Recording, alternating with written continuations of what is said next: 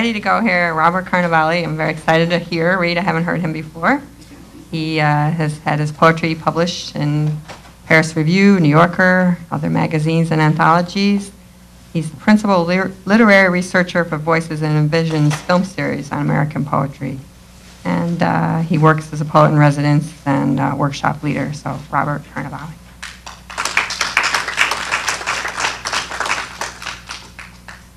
Thank you very much. Really nice to be here in Princeton. I believe I have never read in Princeton, ever. I remember something in Trenton, dog's age or two ago, but I really think this is my Princeton debut. I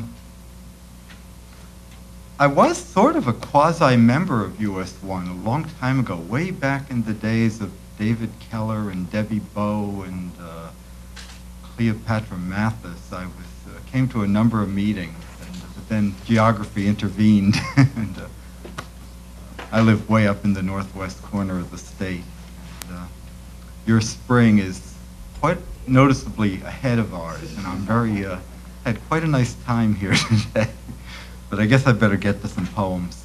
Because I've never read here before, I think I'm just going to do kind of a retrospective of different things I've done. But I would like to start with a new poem. I always like to use a reading to try out something new. And I'll dive right into that tonight. I'm going to adjust a little here. Do it that way. This is called 20, as in 20 years old. As you can see, I am not. And this is quite a recent poem.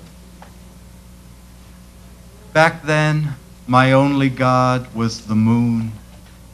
Oh, I knew the sun was a god, but I considered him none of my own. Now, there's a lot to be said for the moon, with its lovely, inscrutable timing, hanging there deadpan over the lake top. And it still travels with its very own spectrum. But there'd be none of this without the sun. So maybe it's time I put in an appearance, made my late perihelion, strung a few words worthy to say when one stands before Helios' altar.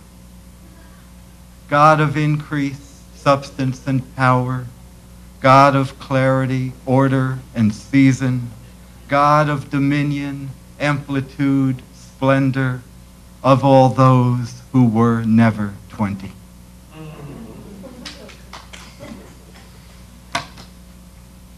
We'll go back to an even earlier age. This is called A Bottle of Milk. And I don't think I have to explain tonight that milk used to come in glass bottles. I sometimes need to explain that. I always hope that this poem will get into the Norton Anthology, so there'll be one of those little minuscule notes that says, milk used to come in thick, transparent glass bottles. A bottle of milk. This is the room in which you first notice cool sweat on a bottle of milk, coating it evenly from cap to table, except where some long crystalline ridges rise. I'm sorry, that's the wrong word. Let me start that over. This is the room in which you first notice cool sweat on a bottle of milk, coating it evenly from cap to table, except where some long crystalline letters rise like low ridges above the fog.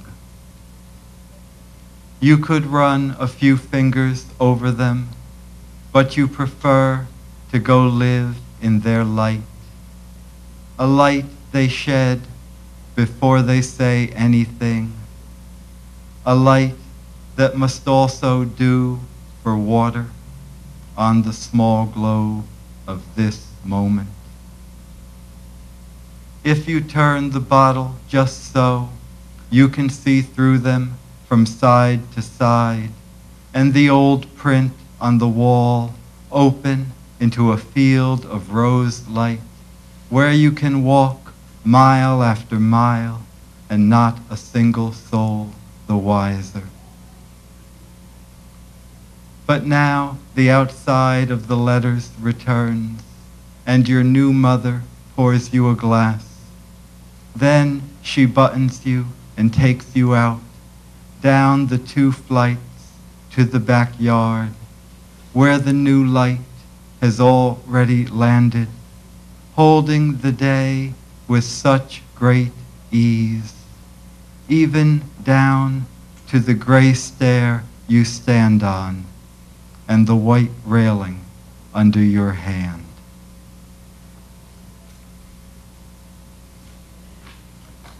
Well, that backyard was deep in Italian America in Paterson, New Jersey. And I wasn't particularly into being an Italian American as a child. And one of the main reasons was my father's friend, Patsy Morocco, who horrified me. And in later years, it horrified me that I had been horrified, and that eventually settled out into this poem called Patsy Morocco. Also, if any of you ever take writing classes, this poem was actually written as a response to an assignment in a class. So every once in a while, you keep one. And there's one very odd word in it because it's actually made up. It's saturnical. I had this idea that if you could have an inauguration and an inaugural, you could have a saturnalia and a saturnical. And so the word saturnical got into this poem. I've never seen it anywhere else. And I don't think I need to explain the evil eye. I'll just say that the details early in the poem are literally true. They are not exaggerated at all. Patsy Morocco. The string of garlic around his neck was already becoming uncommon. Whatever ills it held at bay, his persnippety mandolin, his bulging belly, and his raw bray, to me they seemed more than enough to keep the evil eye off of Patsy. Like all of us, he had 3 names. To that day, Pasquale spelled trouble, but he turned his wart-spattered head just as quick to Pasquale or to Patsy. I played in back what I'd have given to try my luck on his mandolin. An oily hand reached out, holding the pick, but I'd have dived into mortal sin rather than get close enough for that lesson. I wouldn't admit to the stench of Finocchio, to teeth that had turned golden or ochre. I started to plead, don't make me go. For what? What if I were from the same sideshow? May his memory never perish. No one who knew him saw an ogre. For show he gave nothing, gave all to relish. Love in his home was hungry and vocal, and counted me in while I sat mulish through his continuing backyard saturnical, and knew nothing yet of all the harms I was quite safe from in Patsy's arms.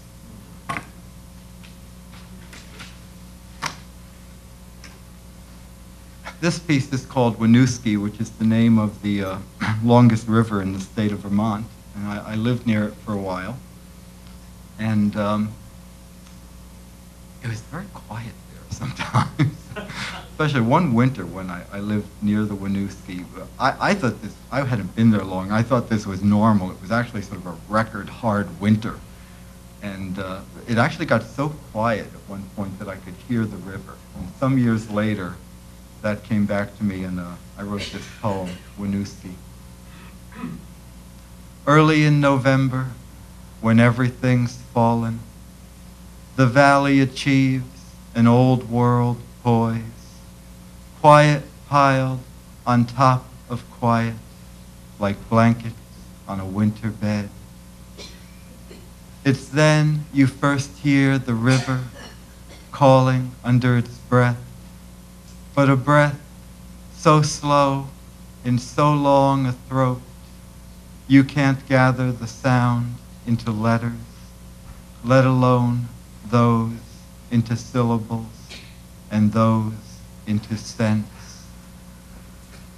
So the harrow sweeps your eyes into its posthumous harvest, and for weeks the sun hangs behind beech and ironwood like a hypnotist's watch. But the ear never sleeps. After years you wake in the night, answering to a name neither your mother nor father would know. That's what happens when you send your kids away to college. There's another poem from that part of the country called A Redwing, in this case simply a red-winged blackbird, which we have plenty here in New Jersey, but you know, sometimes when you leave home you notice things that you took for granted back home. I really was kind of startled when I came back to New Jersey and saw some of these things I thought we didn't have. But this poem was written under the spell of these sort of new discoveries out in the country. It's called A Redwing. In that high winter country, where the stars seem more at home, where words are accustomed to fail, and the old men are lean but not hungry. Often by evening, the light grew so pure, things became congruent with themselves. Soon, not even the quietest thought could get over that circle of hills. Soon we could tell in the pitch black each of the prominent stones of the cow path. Often a nighthawk blared from his coven, or a true hawk hung by a nerve, or a redwing sheared from the roadside like Lucifer having his day, aiming straight for the eye of the needle, one little cuff wound left on each sleeve. Breaking stride above little spruce, he turns to a squiggle in the sky. The squiggle shrinks to a speck and enters the grain of the light.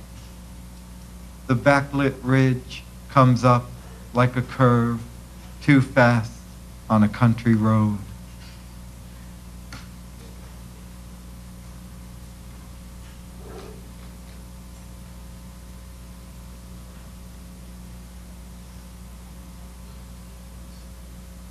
Back then, I live up in Sussex County now, and back then I grew up in Patterson, so I had no idea that of the nature experiences one could have here in the Garden State. But this is a more recent poem that does celebrate a little bit of New Jersey nature, some twin ponds that I often take a walk around. It's called Gemini. The ponds are very still this morning. Of all life's fluster and hurry, the sun has heard nothing at all. And the moon, though she has heard, has sent it backwards as from a mirror into the radiant calm of two ponds.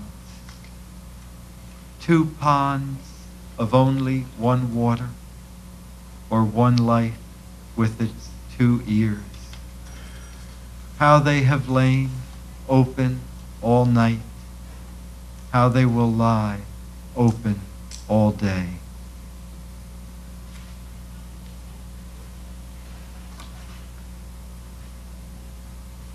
It's a lot quicker than reading Heidegger.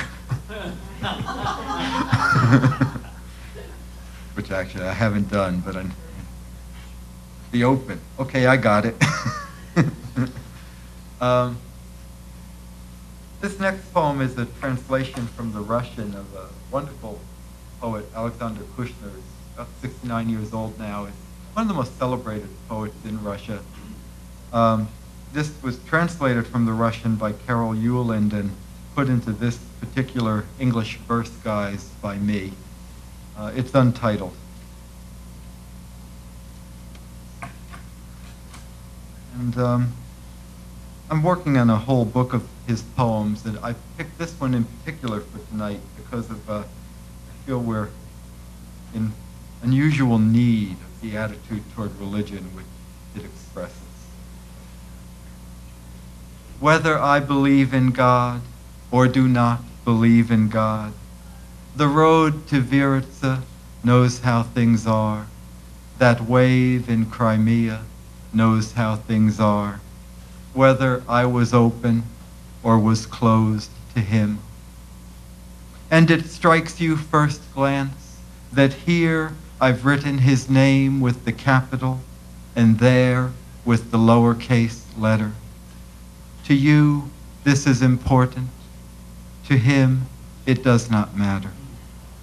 That star just skirting my window knows. It knows the opened book and the little stand with its journals. Don't grieve, my dear friend. Don't mourn, little darling. Something has happened in 5,000 years. The question has shed all of its meaning, and the answer withered away.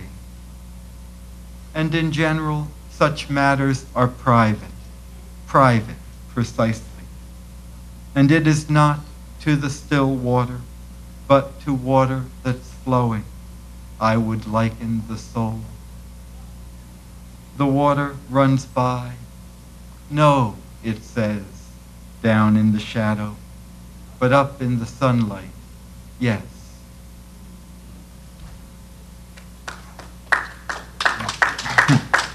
There is one book of Kushner's poetry available. It's called Apollo in the Snow, and I hope there's going to be another one in the next couple years. Back to Patterson for this poem. This is an elegy for my mother, and in a way it's an elegy for our two-story house in Patterson, too. It's called A Clothesline in Patterson. It's in 5 real short sections, and I'll just try to not run them together. It helps, I think, if you think about, actually, this is kind of like the bottle of milk. I mean, not many people use clotheslines anymore. Think about, there's a pulley on either end, right? And there's kind of if you didn't tie a knot in it, it would be kind of an infinite sort of circuit. And all those houses had sometimes 2 or 3 clotheslines going from each floor. We had 2 from this second floor apartment going out to the garage. A clothesline in Patterson. I do not know why our 5 rooms upstairs equal the evening stars just coming out over the cupola of Preakness Hill. I looked up, and it was so. The equal sign says minus, minus, and all comes round to where it was. That must be how the reels of your clothesline turn to the tires of Benny the bread man, showing us each Patterson Street, house by house, in his calm headlights. Looking down the lower line, you could count off the day in arm lengths beside a well-risen basket of clothes. And now your arm lengths equal the maples, and now the maples equal the suns. Through the big bed sheets, you cannot see it. The lines keep going now over the garage, easily clear Preakness Hill. There is no need to dry them all, dear. I am sitting on the top stair so we can talk about Ohio. And at the far end of your clothesline, Venus is up, hanging out stars.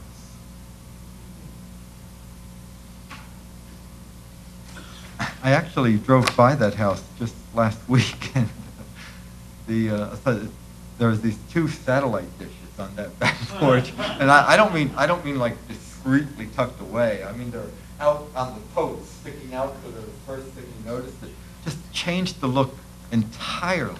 Kind of extraordinary to have my nostalgia uprooted so thoroughly. It felt good in a way. Well, one more poem. This is a short one, but I may need to talk about the title a little. It's called Pavan, which is a very slow, stately Renaissance dance. And for years I fought the etymological dictionaries, which insisted that the word derived from pavo, for peacock, and it was had to do with the nobility strutting like peacocks in their finery and showing all the rest of us what we could not possibly aspire to have. And I resisted that, because that's not what the music said to me. And there is a newer etymology, which I recommend to your attention, which is that it really comes from Padavana or Paduano, which is that dance that they were doing in Padua, and that we should do because Padua is such a cool and intellectual place. At any rate, the Pavan really does say something to me.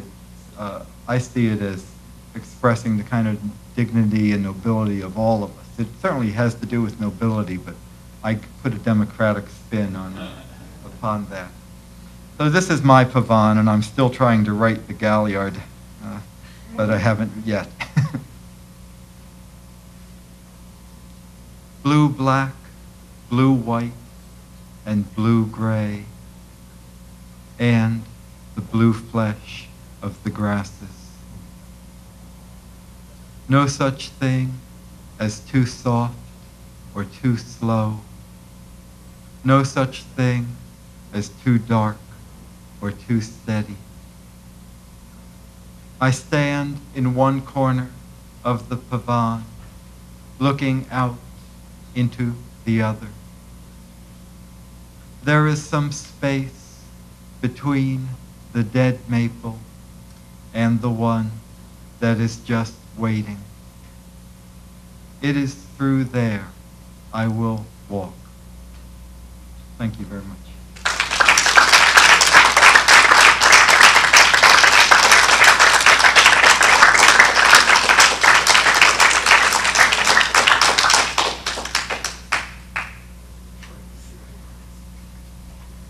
Thanks, Robert, and I hope you'll come back again now that you've made an entree into Princeton. That was really great. So another really quick break, and then we'll have the open mic. People for the open mic, if you have 2 short poems, you're welcome to read 2, but otherwise, if it's a longer poem, try to just stick to 1. I'll just announce the first 3 people, and then I'll call up the other people. So the first, Rice Lyons, Eva Foster, and then Ruth Ramsey. All right. This first poem was written a long time ago when I went to one of those meetings where they tell you they have the perfect place for older people, where all will be well. It's called Dancing with Matisse. Using simple scissors, Matisse cut his final years into brilliant, blissful harmonies. Serenity, balance, grace. Mediterranean blue, poppy red, sunshine yellow. And what shall I make of my later years? And when is later? A young woman in tasteful plaid speaks in cultured tones from the podium, speaks smoothly, seductively, of life care at home, speaks gently of tranquility, now named assisted living. Tranquility one can purchase quite simply with membership fees, and naturally a sensible monthly cost. Is that a little serpent peeking from behind the podium, slyly smiling at the graying group? Doubts rise in my mind. Can these be the simple scissors for cutting my blissful harmonies? Serenity, balance, grace. But wait, has later come so soon? In this year of millennium -1, this was 1999, having tumbled in the ever-changing colors of the sea of time and happenstance, lived some years on shifting sands, I've come to see that balance is not simple, serenity elusive, and grace, perhaps in time, that may be crafted from love that's flung like scarlet strands on this storm-swept world on which we stand. One another? I've got two. I'll read fast. It was a day very like this one in New York, this kind of weather with petals falling softly, and I found myself on Fifth Avenue across the street from the Church of the Heavenly Rest, and the sign outside said, Evensong. The pillars rise in linen fold, carved to hold the arches, the anthems, the yearning, earnest prayers that rise to reach the heights of that domed space where hopes float, carried on the fine, high notes sung by a choir of young innocents.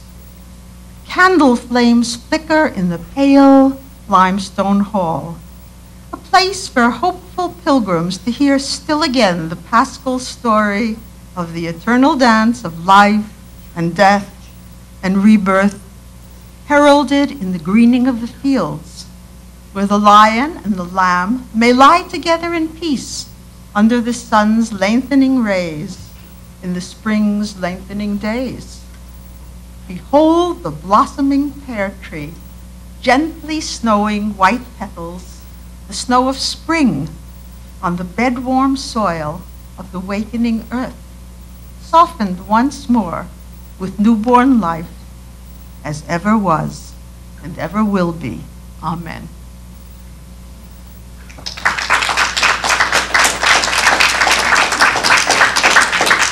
There are no glass milk bottles in this poem, but there could be.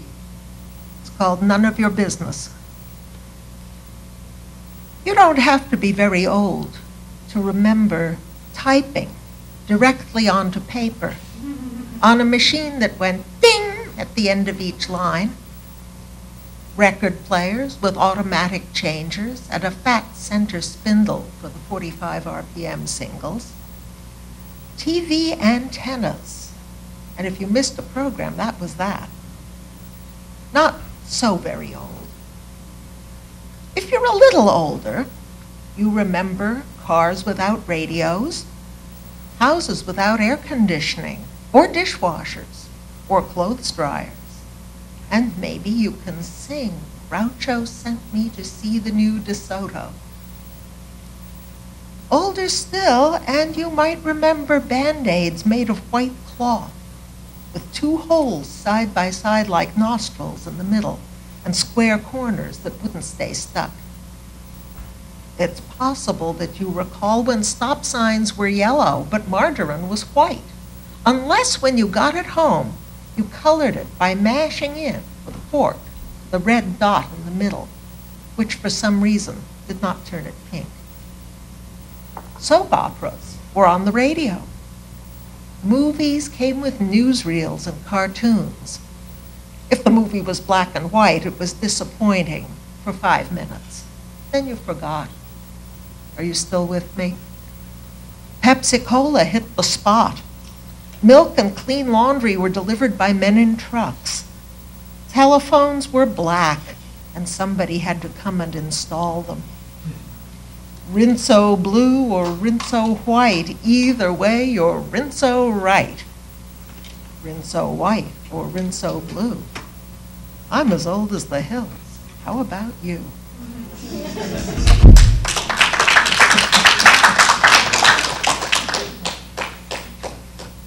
I'm a member of a poetry class, and one week we wrote about war. This is called All We Are Saying Is Give Peace a Chance. Oh, is that all? That's not much, is it? What would that look like, to give peace a chance? First, we'd have to make room. All unpeaceful activity would have to move over. Anyone engaged in shooting or bombing, cut it out for a minute. I said cut it out, I'm talking. Also, anybody who's quarreling, yes, I mean you over there, or bitching, moaning, sniping, yelling. I said yelling. I'm sorry, excuse me. Did I say no hitting? Absolutely no hitting, or pinching, or hair pulling, biting, scratching. Excuse me, do you think I'm talking to everybody else except you? Thank you. I like the way George W. was sitting quietly with his hand up. Yes? Yes, thank you. That's very good thinking. Did everybody hear? Yes, that also means no threatening. Remember, when we threaten, that's almost as bad as really doing whatever it is. Yes. Yes, that's right. No throwing things either. That would be a lot like bombing. Remember about no bombing? Wouldn't it? There. What did I just say? Thank you.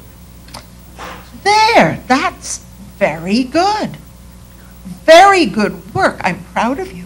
Do you see what a good job you can do when you really do your very best? This is very good. This is lovely.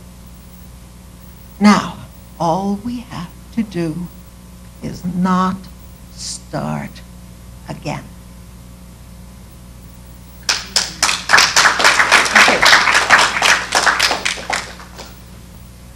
Herewith my first attempt at a villanelle. Villanelle? If only I had anything to say, I'd write a villanelle for your delight. My villanelle would sing and dance and play. Sweet music could accompany my lay, and I could make the verses erudite, if only I had anything to say. Each figure of the dance I would obey. I would in verse express my fancy's flight.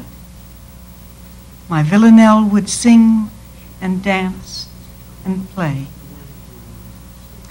In black and white and pretty shades of gray, I'd paint the silvered colors of the night, if only I had anything to say. Bright images might dawn with break of day. My thoughts appear with shining words bedight. My villanelle would sing and dance and play. This might my love proclaim, or death delay. There is a trick, I have not got it quite. If only I had anything to say, my villanelle would sing and dance and play.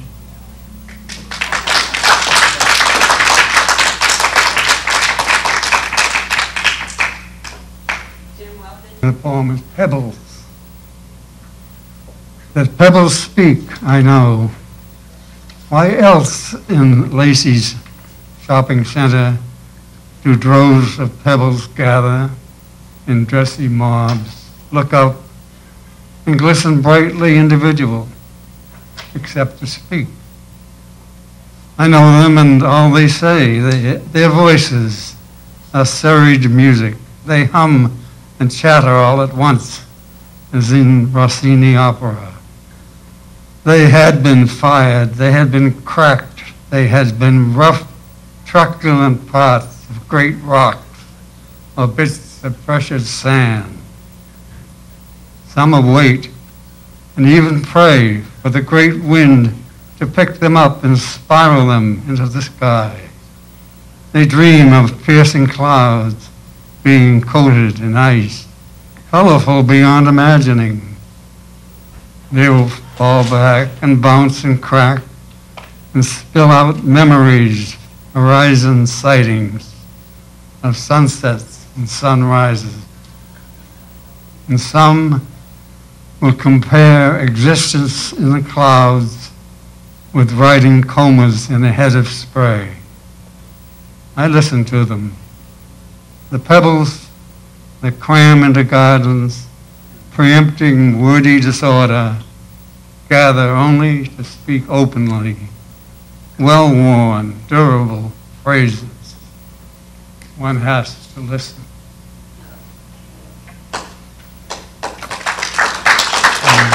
Thank you. Next poem is called Anger. The brothers took turns at the chores, shoveling the coal into the furnace, sifting the ashes out, dragging the heavy ash cans to the cellar stairs, and manhandling them with knees and chests, up and out and down the black-top path to the street, for the trash men to heave into their truck and bang on the sides and throw out to stick in the snow. Their mother never knew whose turn it was. They swapped off a lot. But she knew the clatter Cain made, coming back, throwing the barrels down the stairs. And she knew Abel's whistle of satisfaction as he walked them down. And she hoped the one who walked in the garden would understand her sons, and that Adam would show, whatever he said, how much he loved them both.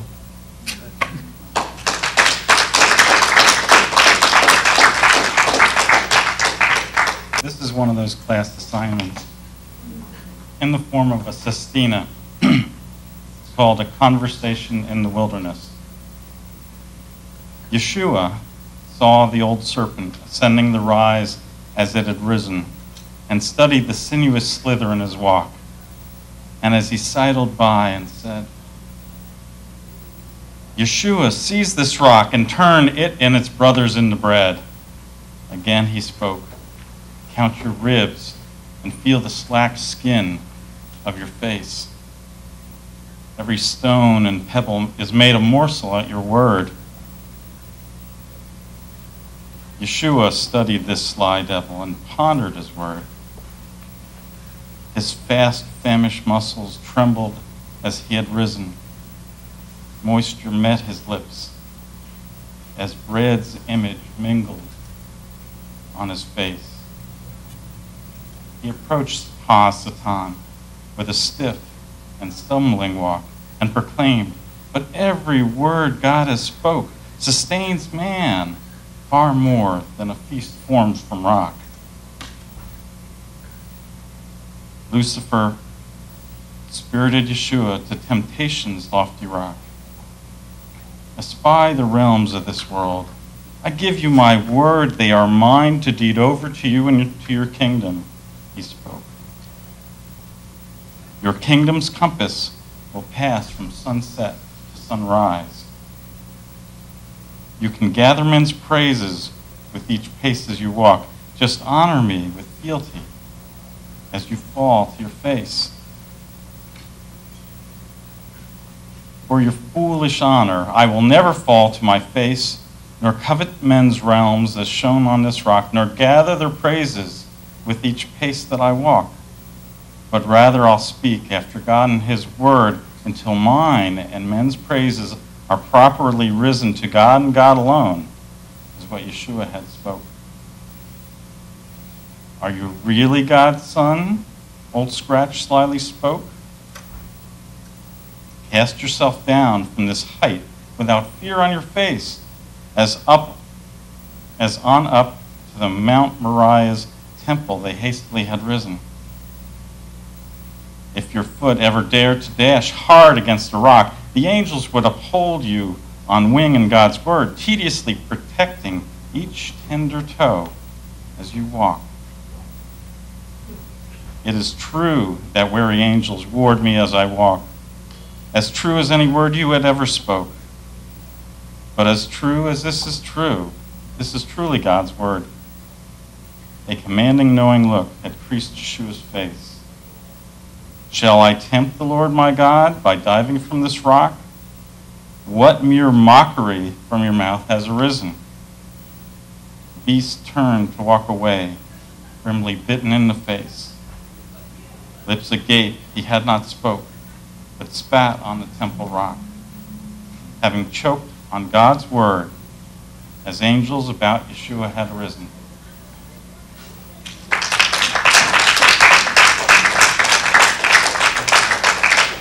Eclipse. Waves upon waves, trembling air, glittering glass, dragonfly, coupling and devouring all in midair. Where have they ascended to, the heavenly bringers of joy, leaving us low now, blinded by ashes of the falling ones?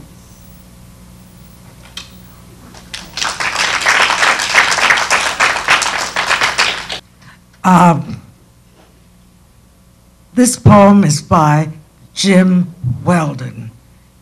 Hear the wind blowing. Born naked with a will to soar, as I, the spruce's winged seed, must mine a clod, we're moved, despite our dusty lot, to fly. The winged seed must fall, not hunt the sky. To grow it must be wholed, it must be trod, born naked with a will to soar, as I. A seed that kited in the sky must pry the dark of that same earth I have to plod. We're moved, despite our dusty lot, to fly. Its fibrous upward thrust becomes a cry, whistled in branches, wind or ripped and sawed, born naked with a will to soar, as I.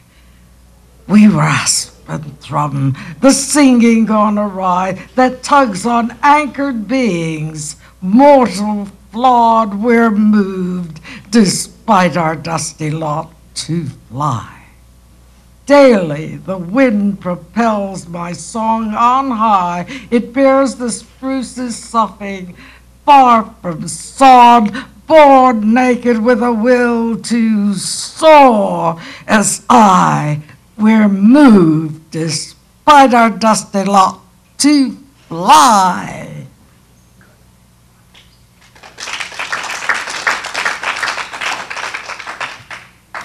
And now, Perfume by B. Weldon. Perfume, perfume, perfume. Has no size, has no color. She puts it on, he puts it on, and it fits. It fits, it always fits. Thank you.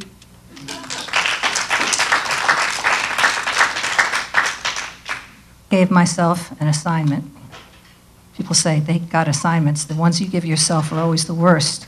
I decided that I needed to write a Shakespearean sonnet. It's my first, and it'll definitely be my last. It's called Guilty Pleasures.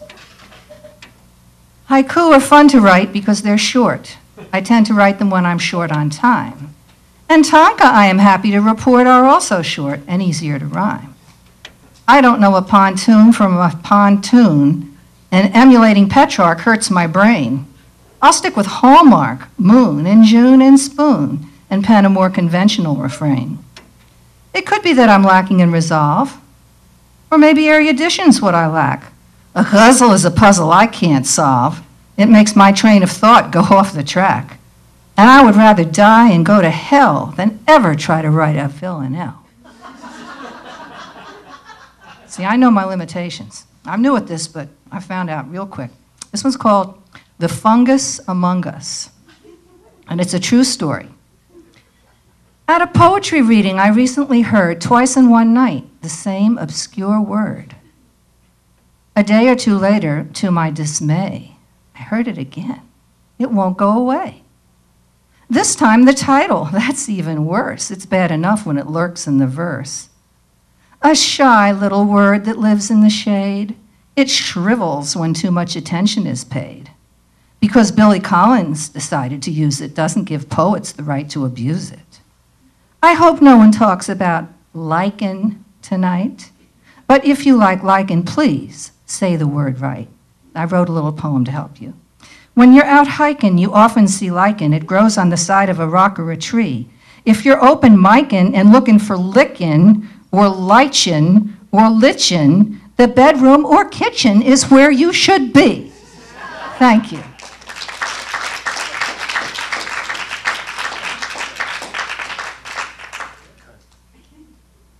All of a sudden, and I'm trying to get away from them because, they're not very fashionable. So this one is Square Poems Don't Satisfy Carlos. He coaxes me to open up, put spaces in places I haven't thought of, slashes and splashes across the page like tracks on the towpath after rain. He's tactful about spare, wear with anything poems, like safe, dark dresses.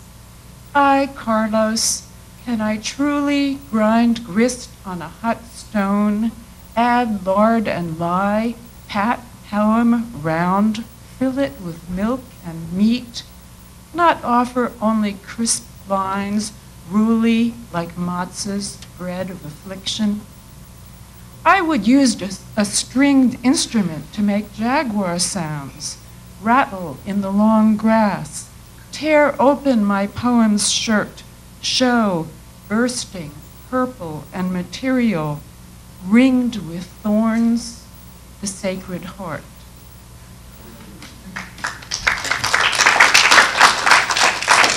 Somebody thought that meant William Carlos Williams. And in the vein of bottles of milk, this is another poem. But this poem itself is like the little footnote. It's called Money Then. Money then was palpable and familiar as the geranium in the barber's window. Old, it wrinkled into softness like great-grandmother's cheek. New, it was crisp in banded stacks like ironed shirts. I saw a man count a deck of it, holding it up to his ear while he riffled the edges with his thumb. It was like the leaves of the silver maple, one side gray-green, one green-gray. There was a saying, "Do you think money grows on trees?" which we said in my neighborhood, although there were no trees. Soon only children and the poor will know the feel of it. Snap, weight of coins, the bitter taste.